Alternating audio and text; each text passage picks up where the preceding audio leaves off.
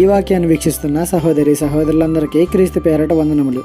ఈరోజు వాక్యం ద్వారా దేవుడు మనతో చెప్తున్న మాట: నీ శాసనములను నేను ధ్యానించుచున్నాను, కావున నా బోధకులందరికంటే నాకు విశేష జ్ఞానం కలదు. కీర్తన గ్రంథము 119:99. దేవుని వాక్యమును ధ్యానించినప్పుడు బోధకులందరికంటే విశేష జ్ఞానము కలిగిందంట దావీదుకు. అందుకేనేమో అంత మంచిగా బ్రతికాడు, పరిపాలన చేశాడు, చేసిన తప్పుకి అంతగా పశ్చాత్తాపడ్డాడు. ఈనాడు అదే దేవుని వాక్యం మనందరి చేతుల్లో ఉంది. మరి దానిని ధ్యానిస్తున్నామా?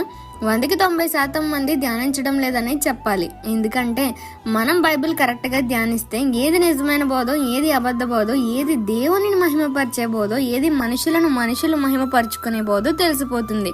అడ్డకోలుగా అందరినీ వెంబడించలేము, ఉద్రేకపరిచే ఆత్మకి లోబడిపోలేము.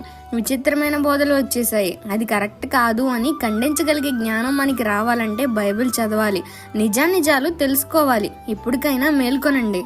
ఈ చిన్న సువార్త పరిచర్యలో మీ సహోదరులు. God bless you. ఆమేన్.